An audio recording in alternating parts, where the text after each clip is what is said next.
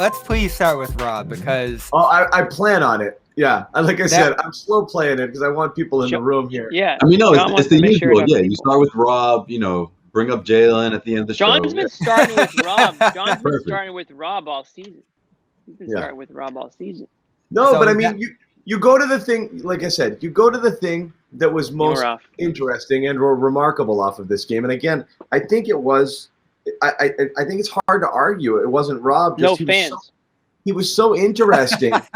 But I mean, that stretch where it's basically like steal, block, backdoor, make a nice pass, dunk, alley-oop. And like Bobby tweeted about it from the Celtics account, the game went from mildly competitive to a blowout during those Rob Williams second quarter minutes there. And that was basically the ball game. But the guy's just so freaking electric. He probably had like 11 fouls tonight. I think he only got called for 4. So in that second quarter, before he got going on the stretch you just talked about, he wrapped up Capella on like one of the first plays of the second. Theis took another foul from him. I'm sure you guys saw that.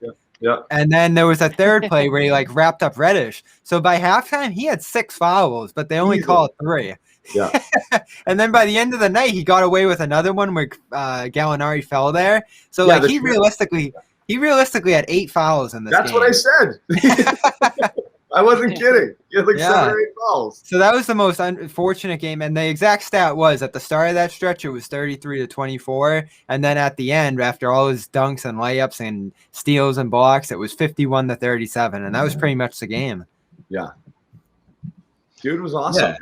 And it's funny because we always talk about, let's just see the Celtics just lob it up there, right? Just throw it to Rob and let's see what happens. And then he does like the most Rob, like we knew he was capable of this sort of athleticism. That was incredible, man. Like that was. I don't even know if he caught it, tapped it, one-handed it. His hand-eye coordination is just through the roof. Yeah, like that's the kind of play where you're like, wait a minute, like if he's not that, it's not one of those. Okay, if he does this every single night, this will change everything. But like just that open opportunity, if he's able to get more comfortable and get these reps in, man, like that, it just opened my eyes to how explosive this offense could truly be. With Rob in the middle doing what he did. And he was doing everything on both ends. It's like he wouldn't stop. Yeah, somebody tweeted it jokingly, Josue, to your point, was like, I wonder what this offense would look like if they just lobbed it to Rob on every possession, Like it's like legit. And we always joke like that, but like he made it look so smooth. I was like, well, wait a minute. Why don't they do that more often? Like, in all seriousness. You do see the other side, though, the ridiculous goaltending. All the fouls were so, like, absurd, and he easily could have ended up taking himself out of this one and having a bad game. So you do see both sides of the debate here where there's just an enormous level of upside, but also these, like, just absurd things he does that you just can't do out there that end up getting him pulled from games. And he only had 16 minutes in this one in the end because of all the fouling and mistakes and miscues. He jumped into a couple shooters on the 3-point line. And it's like, you're right, John, there's more good than bad, but the bad is so bad, like just inexcusable stuff.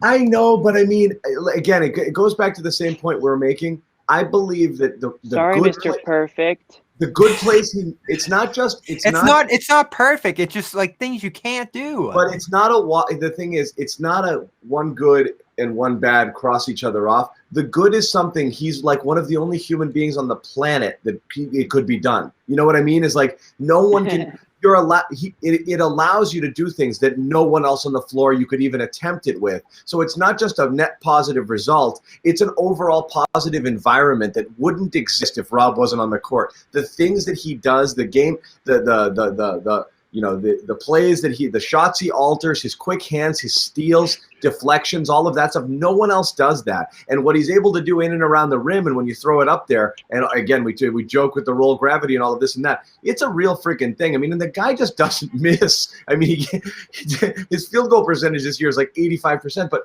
right. Nobody does the positive things that he does. It's on a different level. That stretch there, he made like 7 or 8 what we would have called winning plays. Like what Marcus Smart does once or twice a game and we lose our minds over, and he does it. Robert Williams does it every game, like multiple times a game. That has to count for something. If we can live with Marcus's sloppiness, we can live with Rob's, right?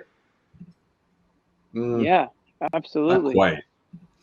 No, you got to live with it. You have to. I agree with you, but Like it's your best player, Jason Tatum's putting his head down, driving into the lane, and turning the ball over left and right. But then also he's hitting ridiculous. I don't think it's that simple though. But he's hitting shots only Jason Tatum can hit. You know, like there is a trade-off there. Like, and I think Rob does things only Rob can do. On this team, yeah, definitely, I agree. I mean, I've kind of been leaning towards your side of things. Where I mean, clearly we've been saying, "Where's Rob Williams all season?" He got like 6 minutes, 8 minutes. You know, like barely plays. So I think over the last week or so, yeah, he definitely does. The last week or so, I think, the tides are turning a bit here. I think whether he's earned the playing time or whether it's just, Brad's finally allowing him to get some more minutes. His teammates have seemed to always be big Rob Williams guys. So I don't think it was that. I just think for whatever reason, it took him a little bit more time to get in Stevens' rotation. So I think he's there now. I would be stunned if we're talking about, random games where Rob Williams logs like 6 minutes. I would be disappointed. No, we haven't seen that all year. Like we've seen sub 10 minutes. We've seen he's averaging like 14 minutes a game. So don't tell me that he doesn't have games where he's played under 10, because I can guarantee you that he has. Earlier in the year, and he's had a couple games with the hip taken off, and I still wonder what role that plays in it in terms of his role and like how much he does play physically. Because after that stretch, he took himself out of the game. He called out and stepped out of the game after that big run he had in the second. So I don't know, conditioning wise, hip wise, what's going on there, but in terms of earning minutes, I mean, 16-20 is a given. I just don't know if we'll see him cross that plateau or start like we've talked about, because there are still great players playing in front of him too. The other two centers were fantastic tonight as well. Yeah, he might be playing the right amount. It's hard, I mean, on a night like this, when you have Thompson playing a really good game, I mean, and Theis again, the difference with again, Capella went off again, but the difference when you see Theis defensively, he's obviously the best all-around defender of those bigs in there, even if he's going to get beat up by some of the bigger guys. Just his activity there, and obviously he's a more capable defender. He's more responsible defender than Rob for sure. Makes a difference having him back. When they complement each other like this, it turns out great, and you're like, wow, the bigs were great tonight. It's hard to argue against it. But when you see Thompson have and again, you don't want to overreact to one or the other, but you look at Thompson, 2 games, 3 games, he's kind of like, get this guy off the court. And Rob, I think, is pretty explosive almost every single night. So that's why I'm always lobbying for the Rob minutes. Yeah, I was going to say, John, this is the best we've seen all 3 of them in one game, right? It's a cohesive unit, if you will, right? I mean, and I use the word cohesive loosely because they're nothing like each other. And I think Tristan Thompson, like, for what it's worth, he did have a good game, but Capella, like that, those offensive rebounds, those putbacks, like that's the reason had why like 10 offensive rebounds, right?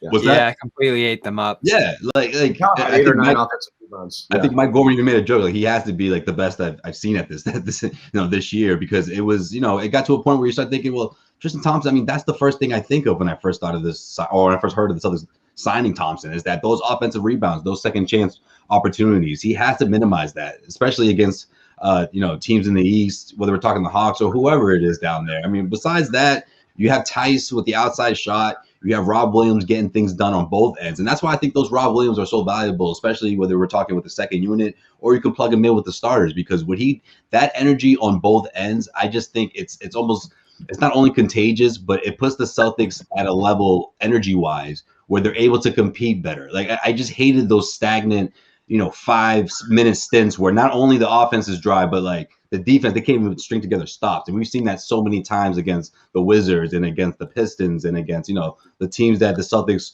were essentially just out hustled against. Now, were we concerned about the way it faded in the fourth, though? I mean, to a certain extent, but Trey was, to quote Brad Stevens a couple nights ago, that, that's Trey. He wasn't too disappointed with the defense on Trey. Trey's going to hit those shots, but the Celtics managed to have that padded lead that the Hawks, it was too little too late at that point. So the thing that real quick I'll say about Rob is like the highs are very high and the lows are very low. So it's kind of like the middle of what John sees and what Bobby sees. So like I agree with John in the sense where it's like when Rob's out there, like really, really, really great things could happen. Whereas you're kind of capped with a guy like Tristan, who you know, he might do what he does. And tonight was a great game, so not a really good example to use. But generally speaking, you kind of know what you're going to get, like 8 and 6, right? Or like he's going to grab the rebound and whatever. But like with Rob out there, you feel like, wow, like at any moment this guy could just come out of nowhere and swat the ball into like the 20th row, or he could go for a nasty dunk. Like there's just a lot more you're capable of doing as a team with him on the floor. So he might play his way off the floor once in a while with a stupid mistake or whatever, bad defensive rotation. But overall, I think you get like the pros outweigh the cons, I think, when he's out there. So, well, Jimmy, to take it one step further than that, though, what I think is, I understand the good and the bad of Rob, but what ends up happening is you put in a guy like Tristan because you think he's safer on most nights, and then you end up having to live with a bunch of things that he did. So with Rob, you might have mental breakdowns. With Tristan, sometimes he's just getting physically dominated where guys are just jumping and getting the ball, or he's trying hard. He gets the offensive rebound. He can't do the putback. His percentage on putbacks, I don't know what it is today, but as of like earlier this week, it was 40-something%. I mean, very, very poor on ones that should be automatic buckets. You grab that offensive board, you should be able to put that thing back in, and he's not. So you're living with negative plays from Thompson. You just feel better about it because it seems like he's in the right place. He's just kind of getting beat up like he was with Capella, in a couple of stints over these last couple of games. So that's what I mean is like, it's not like he's got a clean sheet when he's out there either. He's been so much better though. No, I think the thing with Rob is I think like a polished big man will really exploit Rob, and with the low post moves and things like that. That's when you'll see Brad too. Yeah, right. I agree. I think that's when you really see, okay, maybe you get a quick hook more. That's when we start calling for Andre Drummonds, those games, and you're like, that's when that conversation starts. I mean, all that talk. I mean, Thompson's been better, but still defense disappointing. Rob's been better. And you still have a stretch like the fourth tonight where I was a little disappointed with him and then the mistakes we talked about. But Daniel Theis coming back tonight, I thought was the difference. A 7-9, game-saving 5 finishes to close the fourth. His defense was phenomenal in that first quarter where they were shutting down the paint. The double big lineup worked. And a great connection with Thompson now. He plays off Kemba well. He plays off Tatum well. He gets some running in transition with good rebounds. Like this, he's been so underrated this year. And I've called him a top 5 player on this team. And, we can talk all we want about Rob and getting more minutes, but there is no way around Theis playing 30 minutes every game. Like, it's just a shoo-in because he's so good. His chemistry is so great with the starters. He can fit so many different roles. I mean, come on. Like, this game was way more about Theis and Rob, if we're being serious. We are being serious. Yeah, I don't know if that's the case. I think it is 100%. I don't see that at all. I thought. Oh, come on! Did you guys turn? I think you guys turned off the game after the third quarter, started setting up your computers, and just came up and talked about the first 3 quarters because Rob was a disaster in the fourth. I absolutely think writing off a lot of what happened in the fourth is perfectly fine. Well, they would have lost if it wasn't for that Theis stretch to close it. I don't think they would have lost. That's fine. That's been an ongoing concern, Bobby. Like bridging the gap to that fourth quarter. And yeah, obviously you don't want to see this happen on the reg, but I mean, you take those 3 quarters from Robert Williams and you say, wow, like that's to get you to the fourth or to at least bridge the gap between the second unit and bringing back the starters. I think he looked pretty damn good out there. No, I'm not knocking Rob's game, but I'm saying Theis just doesn't get enough credit. We go crazy about Rob every night, but Theis has built such a consistency to his game that he deserves a ton of credit coming back tonight. And I feel like leading the win. Rob was +1, Theis was +20 in this one. Now you like plus minus because you don't like it all the time. Well, I think that just showed you what happened in the fourth because Rob got nailed in the beginning stretch and Theis closed it down. Fourth quarter was a mess.